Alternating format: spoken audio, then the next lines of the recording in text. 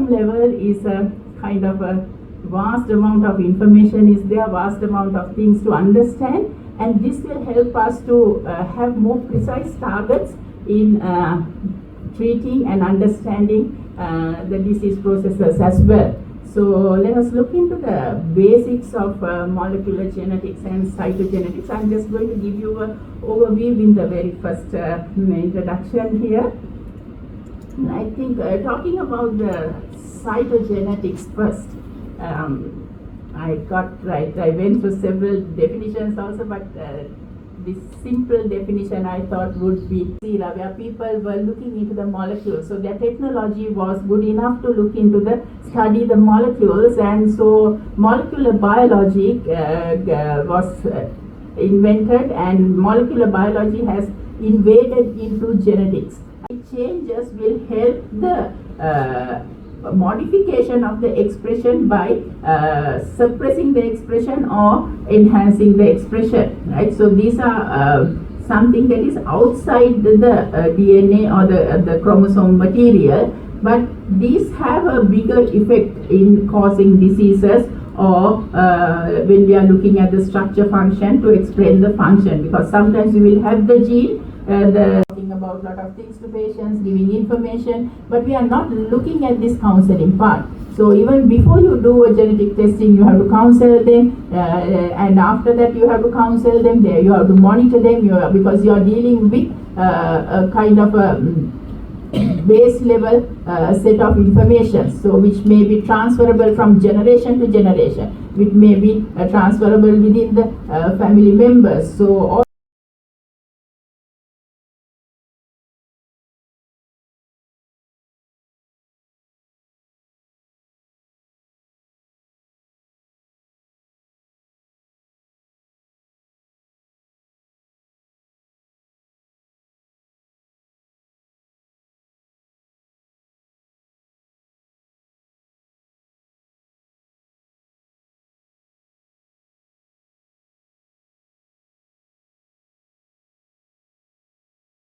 lectures, and all are connected to each other, and basics of PCR is the first thing that I would be starting. So at core I am a pathologist with subspecialization in oncopathology, hematopathology, and molecular genetics. And the outline of talk that is there is basically how I learned my molecular genetics post MD pathology from various institutes that I have been. I learned about basic biology that is there, which was discussed previously. How PCRs are done, components of PCRs, how PCRs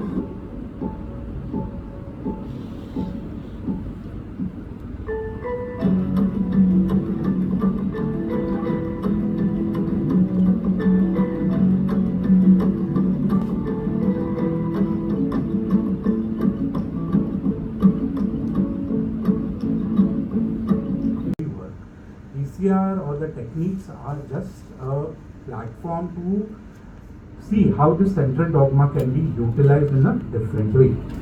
Another important process is DNA replication, wherein the genetic information is transformed by one cell or mother cell into the daughter cells, and this process of DNA replication is very important because this is the process that actually happens in the PCR. So if you see, there are primers that firstly the double-stranded DNA breaks into individual two strands, the primers get attached to it, the polymerase comes in, DNA polymerase, and it starts extending the chain of nucleotides from 5' to 3' end, and later on from the single strand of DNA you have two strands of DNA which further get processed down by mitosis into the daughter cells. What is PCR? It's a simple technique that results in exponential amplification of any region or selected target region of the DNA. PCR works in a similar way to DNA replication, which is a natural process which happens in each and every cell in the body as the mother cell divides to two daughter cells. PCR amplifies DNA, it makes lots and lots of copies of few copies of DNA, and it can copy different length of DNA. However, it can't copy the whole length of the DNA that we have in our body. Okay? It's the short segments of DNA that can be amplified by PCR. This is a famous picture wherein Carey Mullis, who discovered the technique of PCR, received Nobel Prize in 1993. The technique of PCR was actually discovered in 1983 when Carey Mullis was traveling through a desert area wherein we saw hot springs wherein algae, Thermophilus aquaticus was growing, and he was famished to see it's in hot water, how is this algae growing and how is it replicating. So he took that algae, he extracted the enzyme DNA polymerase from that, and that DNA polymerase was the turning point in history, I would say, and that is actually the process of PCR that routinely we do in our molecular genetics. The birth of that process took place at that time, and later on multiple modifications of this process of PCR has happened. And there goes denaturation. What is denaturation? Basically, a single strand double helix of the DNA gets converted into single strand. The bonds, the hydrogen bonds between the purines, pyrimidines break and they separate out. And the strands of the DNA separated out undergo a process called as annealing, wherein the primers bind to the segments of the DNA that needs to be amplified, and then there is something called as extension, wherein the actual enzyme, which is the horsepower behind the PCR technique, comes in and starts putting in nucleotide to form a complementary chain of DNA. And PCR basically means polymerase chain reaction. So there is a chain reaction happening. So now the steps are repeated continuously for a number of cycles. This can range from 30, 40, 50, 60, 70 as per your requirement. So basically 3 steps happening continuously in PCR, which are basically denaturation. I'm sorry, there was the temperatures that were over here, these are not seen over here. So denaturation basically happens at a temperature of 95 degrees, wherein the strand breaks it. Annealing, that is primer binding, generally happens at a temperature of 55 to 60 degrees, and then extension happens at a temperature of somewhere of 60 degrees to 65 degrees. So basically PCR is a play of temperature. You increase the temperature, you decrease the temperature from 95 to 55, then again increase it to 65. One cycle is done, repeat the cycle, denaturation happening, and after 20 to 40 cycles you will get the number of amplified copies of your DNA target region that you have amplified. So So first cycle starts with a single strand of the DNA, and in first cycle, one strand of the DNA is replicated into two strands of the DNA. The product, lower concentration will not give you any amplification. The oligonucleotide primers need to be added in a particular concentration. The DNA template also needs to be added in particular concentration. So polymerase, basically it's a thermostable polymerase. Thermus aquaticus is the algae from which this polymerase was first developed. Now there are multiple polymerase available: Taq polymerase, Wnt polymerase, FUFA polymerase. The half-life of any polymerase is somewhere around 40 minutes. The Taq polymerase, which is commonly used. One of the most important thing that we need to know is the fidelity. Basically, the Taq polymerase is a notorious enzyme. What it does is sometimes while copying, it can introduce its ramps the temperature. It is called as the ramping speed, and different thermocyclers have different ramping speeds. So you can choose whichever is best, which is valuable, cost effective for your setting, and go ahead with that. Nothing major to choose.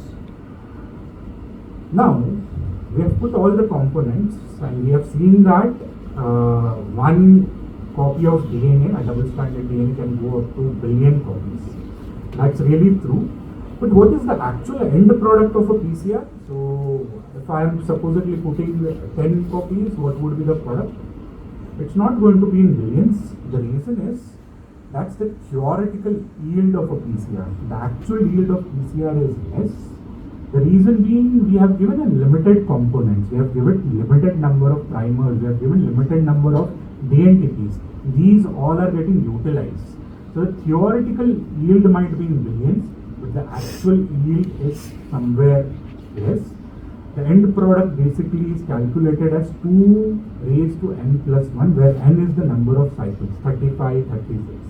So this is just to show you it's not a billions, but it comes down to somewhere around millions, but that is also sufficient enough in a PCR cycle.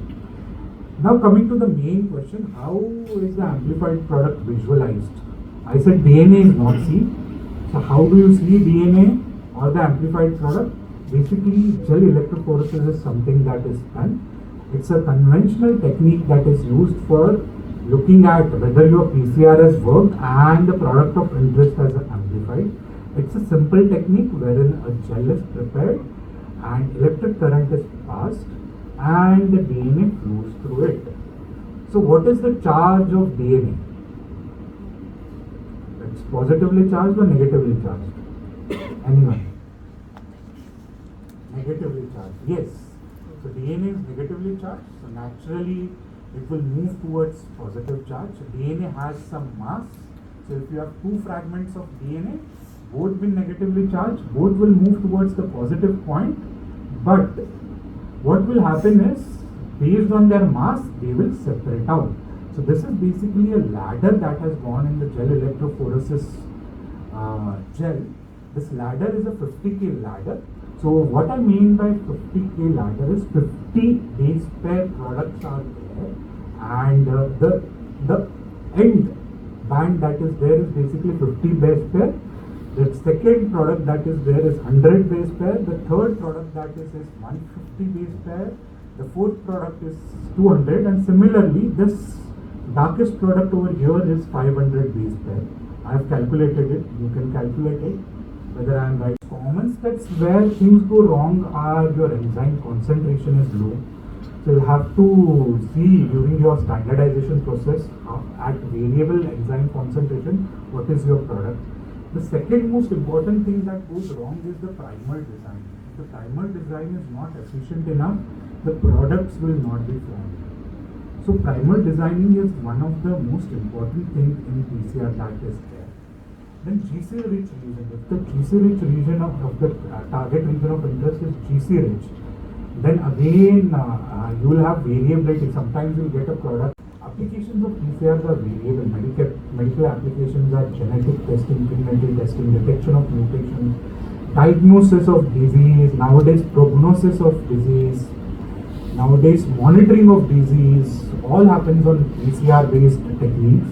forensic applications, which were the most earliest applications wherein PCR was used, DNA fingerprinting, parental testing, and research applications of sequencing, genetic mapping, gene expression, phylogenetic studies. These are broad applications of PCRs. Before going to different types of PCRs, I was just glorifying PCR to all levels, but PCR has its own limitations. You need to know them. Not many, but yeah, few limitations. Designing of the primers requires sequence info, so you will have to be very fluent in the informatics aspects and the biology of the disease or the gene that you are looking at. That is the most important thing. So you will have to understand products of PCR. One of the most important limitation that I have put at last is PCR is a sensitive procedure. Contaminations are bound to happen. So as I said, when I entered a molecular lab in TMH Mumbai first time, I had to wear shoe cover, I had to wear cap. I was given a new apron, which I was not even given during my MD pathology 3 years that I did. But for entering a molecular genetics, I was given a fresh apron.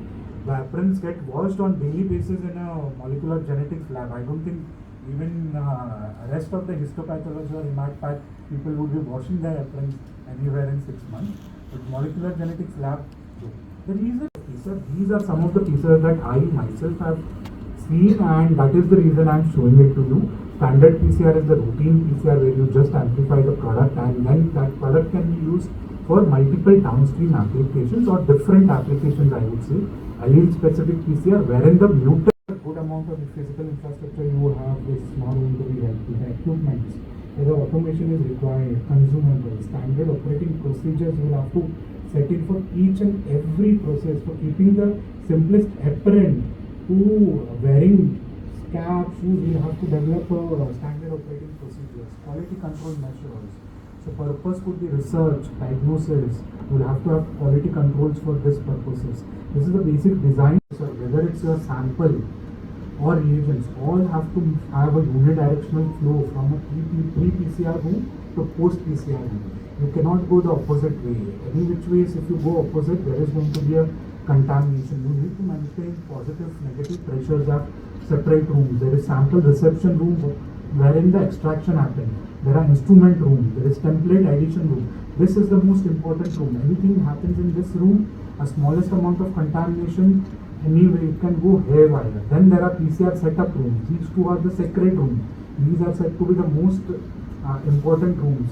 These are said to be rooms where if you get a contamination, that contamination can last for years. And you might start, regular basis you might get anything, non-specific bands or wrong results, or it might come up in between like a random error happening, but you will not be able to catch it.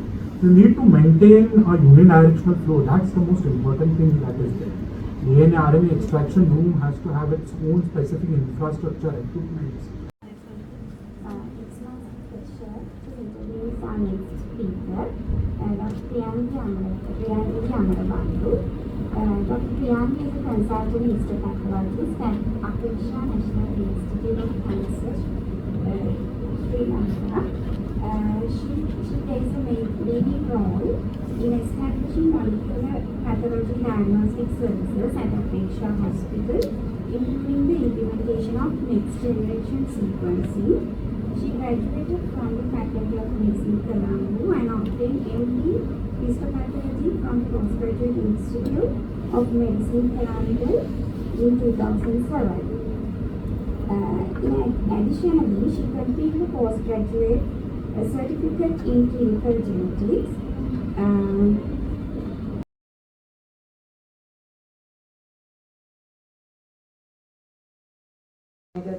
Population 400,000 children and adolescents of 0 to 19 years all develop cancers. The most common type of childhood cancers in the world is leukemias, brain cancers, lymphomas and solid tumors such as neuroblastoma and Wilms. Childhood cancer cannot generally be prevented. It's because or identified through the screening. Most childhood cancers can be cured with generic medicines and other forms of treatment, including surgery and radiotherapy. treatment of childhood cancer can be cost effective in all income settings, whether it's high socioeconomic country or low, and actually it is an investment to a country treating pediatrics. So we should let these children bloom and take over the country. The pediatric cancers at a glance in Sri Lanka 2020. Males, boys, 51% are leukemias, 11% bone tumors, 10% lymphomas, and 9 CNS and brain tumors. And when it comes to girls, 41% leukemias, 11% CNS and brain tumors, and 11% germ cell tumors, 7% bone tumors, and 7% lymphocytic utility. Potential for simple standardized procedures in auto-automation and rapid throughput. Increased number of techniques for infectious diseases and tumor diagnostics, available reflex for equivocal morphology. Yes. The causes of childhood cancer are not yet clear. Unlike adult cancers, only a few environmental factors have been associated with cancer risk, including radiation, prior chemotherapy, parental exposure to pesticides, benzenes, polycyclic aromatic hydrocarbons, and smoking. Next generation sequencing has improved the understanding of the genetic basis of childhood cancer, while whole genome sequencing (WGS) is the most comprehensive technique that identifies variants in coding and non-coding regions. As I said, whole exome sequencing is a cost-effective approach, detecting up to 85% of disease-causing variants, and finally, targeted analysis sequences is much more long way for us to go. Focuses on a panel of genes known to have a strong association with specific predisposition, cancer predisposition sequence beyond the verge of starting on diagnostic and precision. In Sri Lankan setups, starting molecular lab, we don't have any data, we don't have a biobank, we don't have any molecular mutation and birth analysis, so we don't know significant of an unknown variant. We don't know whether it is significant mutation with the diagnostic and therapeutic, whether we trying a new mutation unique to our population. And we don't get the feedback from the clinical teams. They get the wax blocks. They get the wax blocks, and they are not courteous enough for us to inform. They outsource the testing. They are not courteous enough to inform whether it is positive or not. But sad to say, sometimes the patients are very good and they come and give us an additional and funds expensive. We are struggling in giving country. There are a lot. Lunchtime. But also to keep you awake after the lunch. I will try my best, try to be with me, because informatics is like many of you might not have even thought about it, how it can be integrated into molecular. And it's a pretty new field, I would say. It's developed before NGS, it was Sanger sequencing, where the bioinformatic use was actually very pertinent and was important. Download some reference sequencing. If possible, I would show on live demo if the internet speed is good enough. Some sequence analysis software, mutation analysis, HGVS reporting. So HGVS is a nomenclature of reporting, the standard nomenclature of reporting a variant or mutation. And how it was used in a simple PCR. And now once we get a knowledge or we get the idea of using this central dogma in molecular techniques, we use the raw data that comes out from this molecular techniques and use informatics to use the nucleotide protein databases softwares to detect mutations for diagnosis, prognosis and therapeutic values. So coming back to center, there is something called as Galaxy website. You can go, it's from Broad Institute from US. They have developed a simple website wherein they have given on the left hand side multiple tools. The center there is a window, you just need to use different tools and see how the analysis can be done. That's for your practice, and with this I will stop. I will end this talk and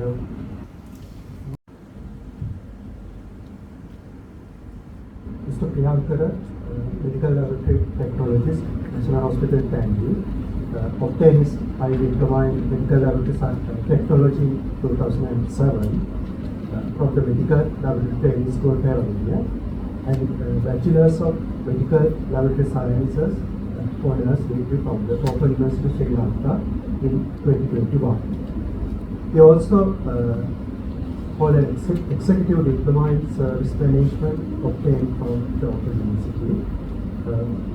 His services during the COVID pandemic is commendable, and during this period he mastered the PCR techniques of the virology laboratory.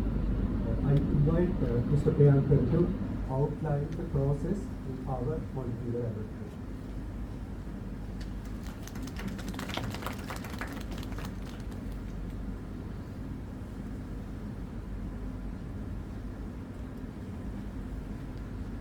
Good afternoon, all of you. I would like to thank you.